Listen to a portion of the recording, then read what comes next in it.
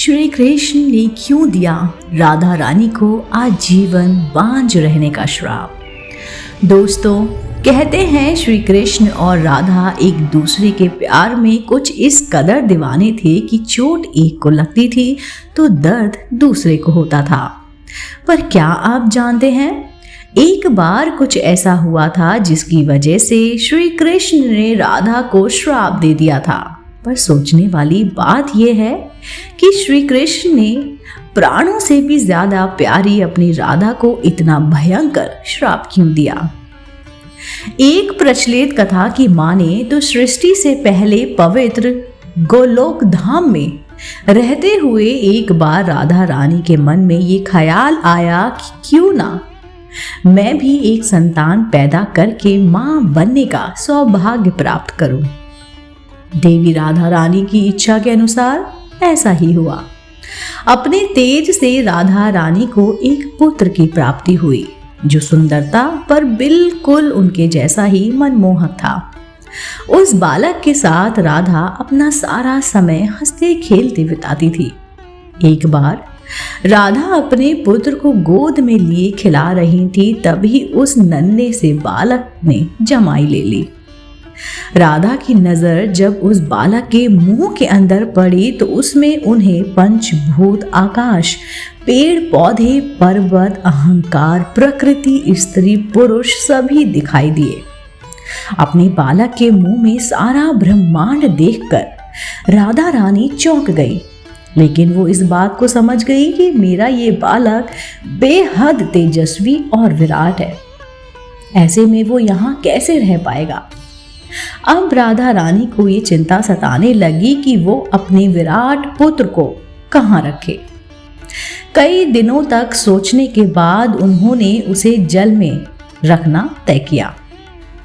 इसके बाद राधा ने अपने बेटे की भलाई के लिए उसे जल में रख दिया। मान्यता है कि जल में उनका पुत्र विराट पुरुष हुआ और बाद में इसी से सारे ब्रह्मांडों की उत्पत्ति हुई।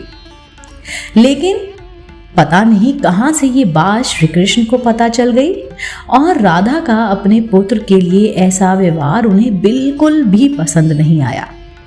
दरअसल श्री कृष्ण को ये बात अच्छी नहीं लगी कि राधा ने अपने छोटे से पुत्र को इस तरह से जल में रख दिया।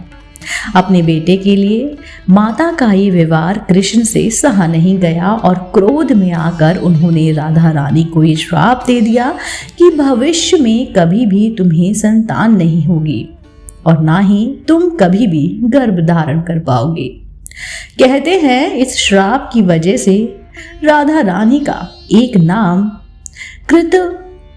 कृष्णोदरी भी पड़ा, क्योंकि उनका पेट कभी भी बढ़ता ही नहीं। दोस्तों, ये तो हुई राधा रानी के मां बनने की अनोखी कहानी जो आपने पहले कभी नहीं सुनी होगी। वहीं राधा से जुड़ी एक बात ऐसी और है जिसका जिक्र बहुत कम होता है और वो है राधा जी के मृत्यु से जुड़ी बात। आपने सुना होगा कि श्री कृष्ण के पैर पर तीर लगने की वजह से उनकी मृत्यु हो गई थी, लेकिन क्या आप जानते हैं कि राधा रानी की मृत्यु कैसे हुई?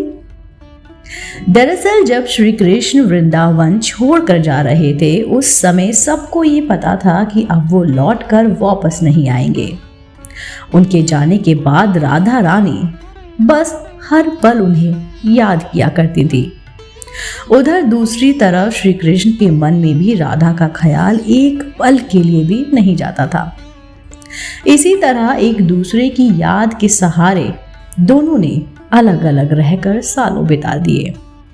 लेकिन एक बार राधा को कृष्ण की इतनी याद आई कि उनसे रहा नहीं गया और वो उनसे मिलने द्वारका आ गई।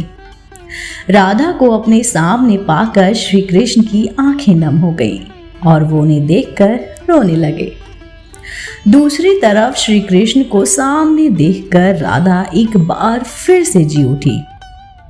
इसके बाद श्री कृष्ण ने राधा से द्वारका में रुकने का निवेदन भी किया।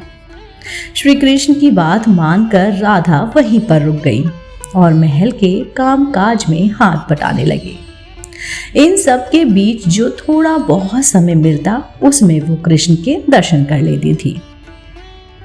पर धीरे धीरे राज के कार्यभार में कान्हा व्यस्त रहने लगे, जिस वजह से राधा उनसे वो जुड़ाव नहीं महसूस कर पा रही थी जो वो उनसे करती थी।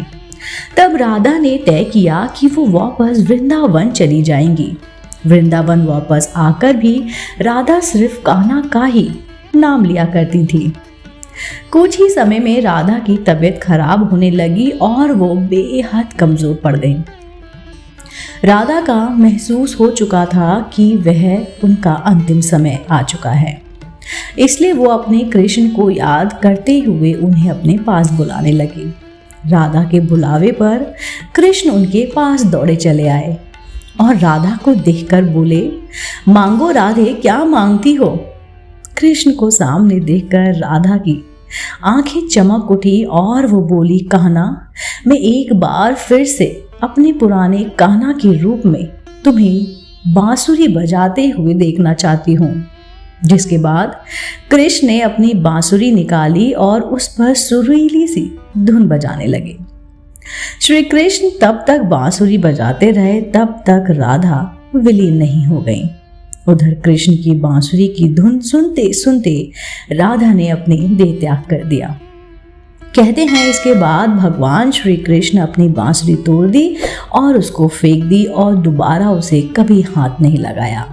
तो दोस्तों, इस तरह से राधा रानी अपनी देह त्याग कर वापस अपने धाम चली गई। हरे कृष्णा हरे राधे। दोस्तों, उम्मीद करती हूँ आपको आज की कहानी श्री कृष्ण ने क्यों दिया था राधा रानी को आजीवन बांझ रहने का श्राप। दोस्तों, उम्मीद करती हूँ अगर आपको ये कहानी पसंद आई होगी तो आप मेरे चैनल आध्यात्मिक कहानियों को तुरंत से लाइक करेंगे, शेयर करेंगे और सब्सक्राइब करेंगे। दोस्तों, मैं फिर से उपस्थित होती हूँ नई रोचक जानकारी और कहानी के साथ। आप देख रहे थे आपका अपना पसंदीदा YouTube चैनल आध्यात्मिक कहानियाँ।